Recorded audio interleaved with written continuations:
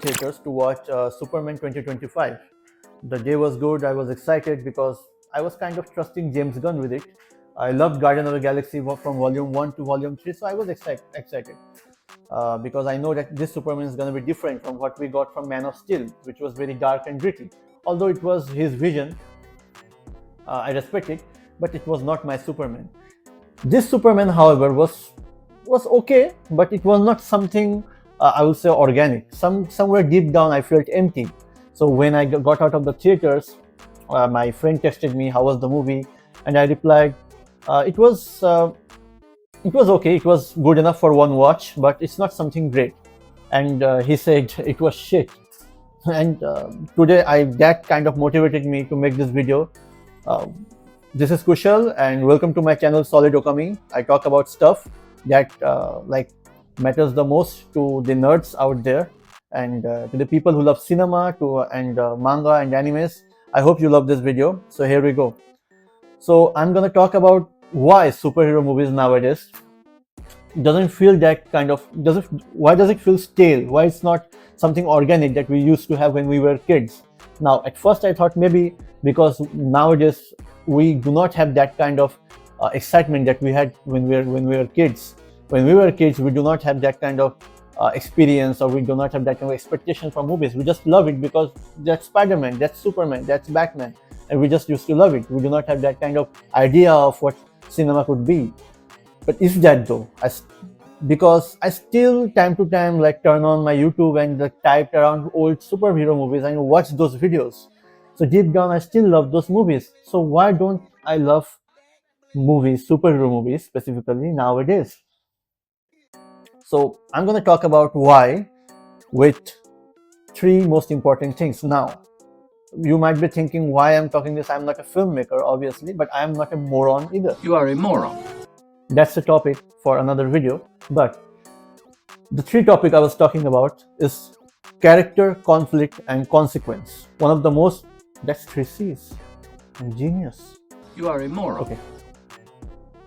So the next thing, what I was talking about is character, conflict, consequence. The three most important thing in any superhero movies, because that's what makes us love the superhero, not his alter ego, but his real character, the main persona that creates the character. Now, when it comes to character, one of the most important character in my life in terms of superhero is Spider-Man. My name's the Human Spider. I don't care. Now, you're gonna tell me I'm nostalgic AF, but I'm not nostalgic. If you don't like Raimi Spider-Man, strong focus on what I want. You don't like movies at all. You don't like cinema, because Raimi made sure we know who Peter Parker is. Like maybe nowadays movies don't take time to flesh out the character that used to have. Raimi made sure we know that Peter Parker's either way is a very tragic character. Stan Lee wrote him like that to be relatable, because Peter Parker at its core is very tragic character. He bears loss, but he still becomes Spider-Man. Raimi made sure we know that with shots like this, where any good thing that Spider-Man does, it's bad for Peter. So the Spider-Man's life is kind of affecting Peter's life in a wrong way, in a bad way, and it's like a curse to him. It's a good thing for the citizen of New York, but it's a bad thing for Peter. And Raimi made sure we know that. The characters does not only revolve around Peter Parker. Raimi also fleshed out Ben Parker in Spider-Man 1. He fleshed out Norman Osborn, Harry Osborn. He also made sure in Spider-Man 2 we know Doc Ock, with shot like where Peter Parker make Doc Ock at first, and where Doc Ock has his famous line of that intelligence and intelligence is not a privilege, it's a gift. The same scene at the end, in the main fight scene, Peter Parker used that same line. You once spoke to me about intelligence. He wanted his help. That is actually brilliant. That is brilliant writing. Raimi is making sure we know the characters, and from characters we're getting conflict between the characters, and from there we're getting the consequence, that what is happening. Now, same goes for Iron Man. Tony Stark has been kidnapped. He says, "Welcome, Tony Stark, the most famous mass murderer in the history of America." He is kidnapped by the Ten Rings, the terrorist group, because they wanted the design for Jericho missiles that Tony Stark invented, and there he met Yinsen, the catalyst for Tony Stark, just like Ben Parker is catalyst for Peter Parker. And Yinsen is kind of like, after saving him and where Tony Stark has been captive, there Yinsen explains to him how his weapon has been used by the terrorist group. Your life's work in the hands of those murderers. Group to create havoc and chaos among the innocents. So there Tony Stark finds out that his creation, that he was thinking is being done for the nation, for America, is not actually true. It was also being used by the terrorists, and that's kind of what gives him the motivation to become Iron Man.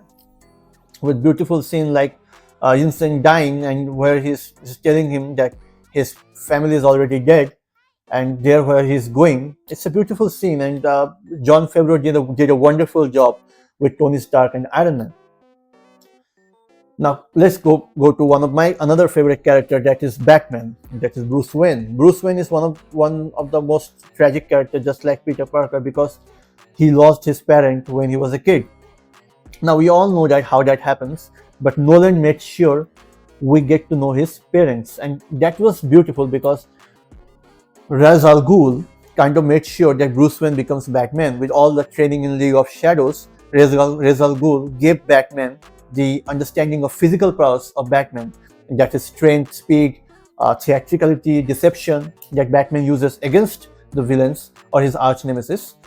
But Batman is not Batman because of his physical prowess. He is Batman because of his ideology, and that he got from his father, from Alfred, from Gordon. And that's beautiful because Nolan also fleshed out those characters along with Ra's al Ghul. Ra's al Ghul is important for Bruce Wayne's physical capacity, but these characters are important for Bruce Wayne's mental capacity, and that is beautiful writing. You are getting a depth of a character, and just turn on YouTube, listen to me, turn on YouTube, type the Will of Act and training scene from Batman Begins.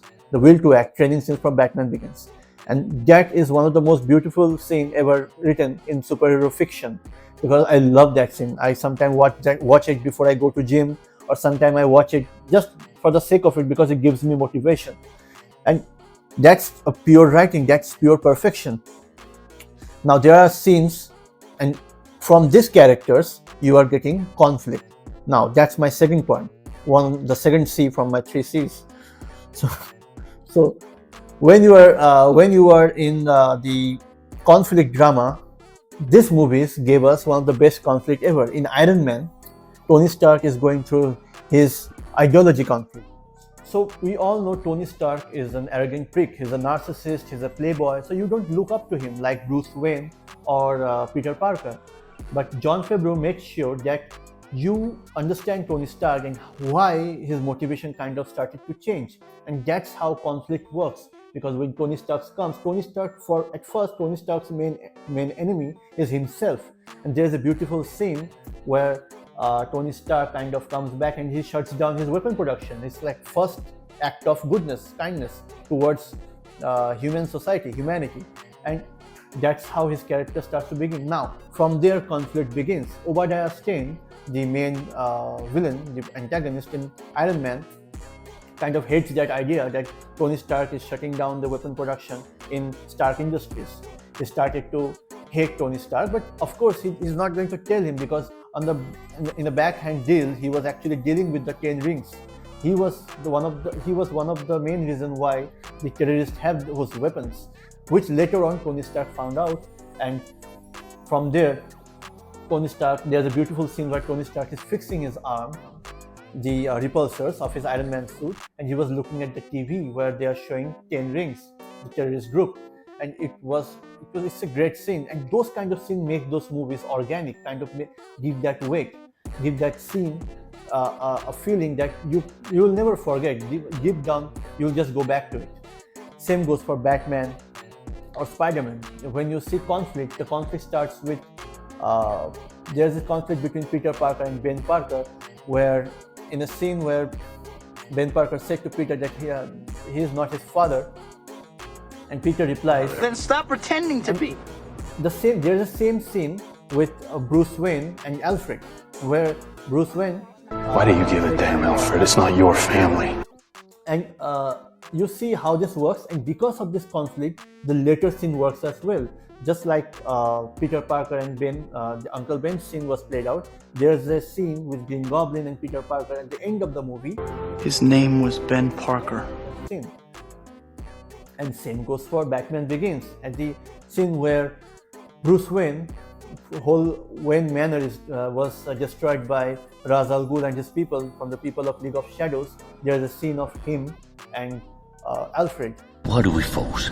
Now, you see how this scene parallels to each other. You see how conflict works. There are small scenes, there are small things that's happening behind the characters, you know, and this conflict will create one of the most important things that nowadays movies totally forgot. I hate Homecoming for this. Spider-Man Homecoming, I hate that for it. But that is consequence. Now, consequence nowadays is a joke, you know, because everything is multiversal bullshit. Thanks to Disney. Fucking Mickey Mouse! Everything is bullshit nowadays. Because you are seeing the world is tearing apart. There's a multiversal, one alien, there's a variant of 10 superheroes and 10 villains fighting each other. It doesn't make any sense. You are not relating to it. You are not feeling any kind of empathy, any kind of compassion, any kind of hatred, any kind of anger. Emotions are scared. You are laughing, you're going to the theaters, and that is all the movie is all about. A character dies, the world is getting destroyed, the superhero making a lame joke, the villain is, I don't know, doing whatever the hell he wants. And there is no like weight behind it. Although Infinity War and Endgame kind of gave Thanos a good writing, I guess. From my perspective, I kind of enjoyed these two movies, but I do not go back to. Honestly speaking, I do not go back to those movies.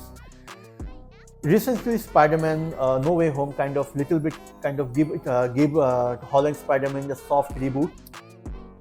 His new trilogy, the upcoming trilogy, which is the Brand New Day, which is coming.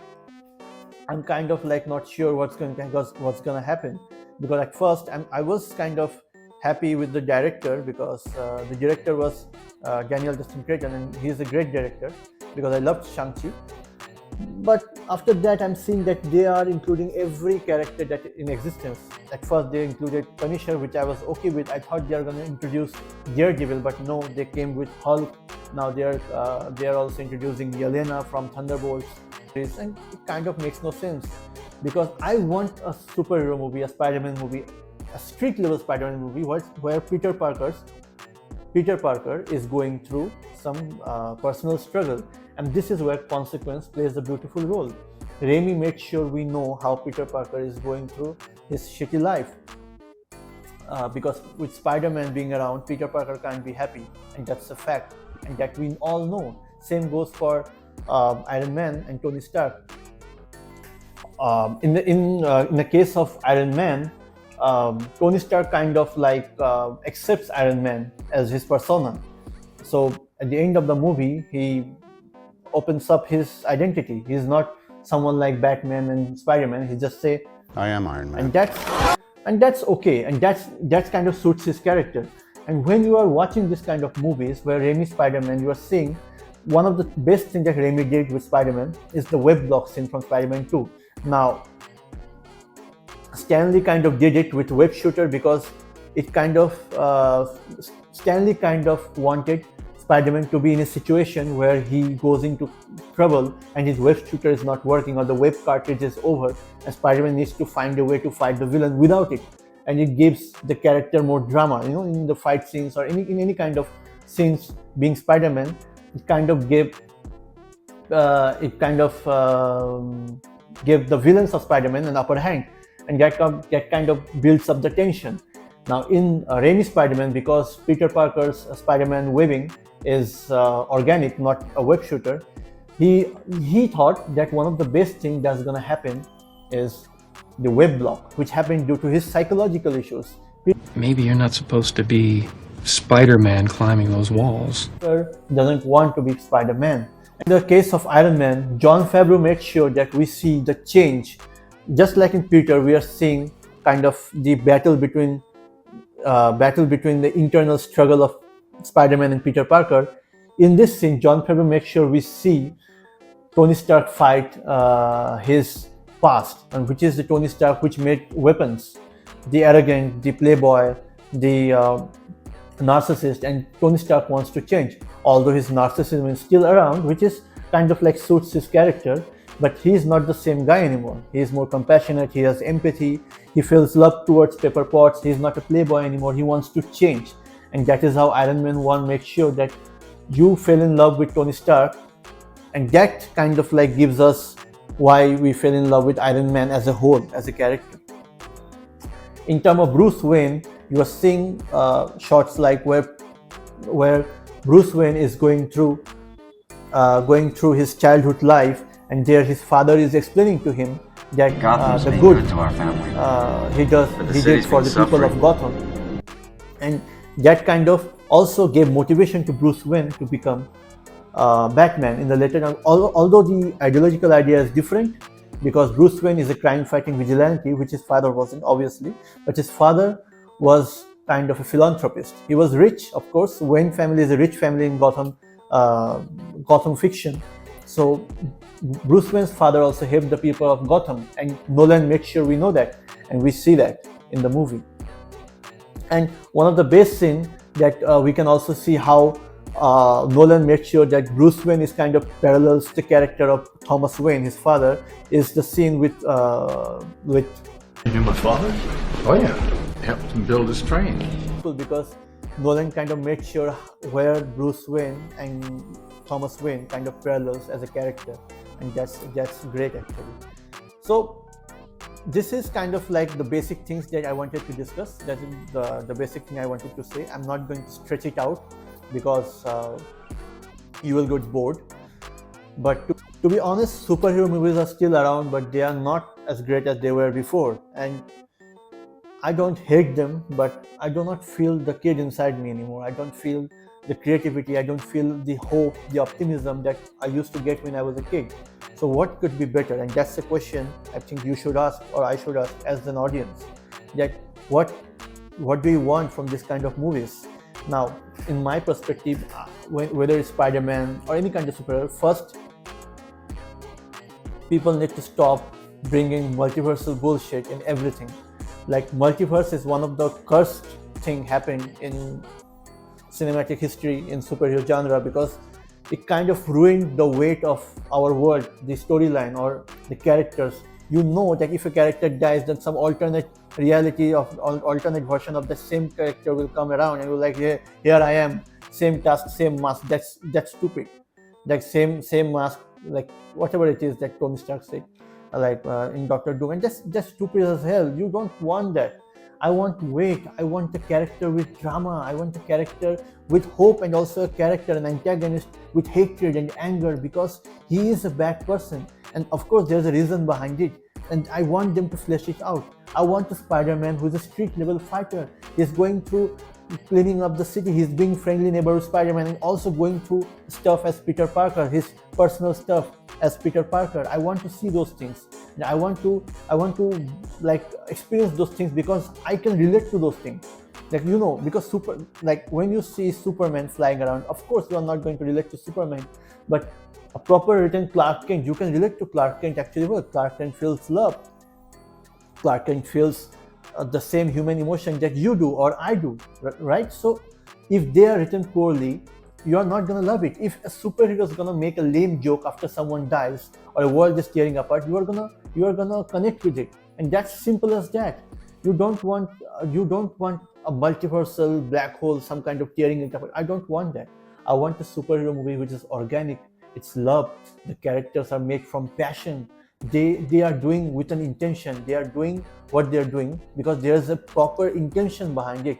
It's not kind of anything for hate just because they can. No, they are doing it because there's an intention behind it, and you will fall in love with the movies again, with superhero movies again. So that's it. That's my video. I hope you loved it. I will come back with more videos and more stuff. So stay tuned, and thank you for watching it. And like, share, and subscribe. Peace out. Thank you.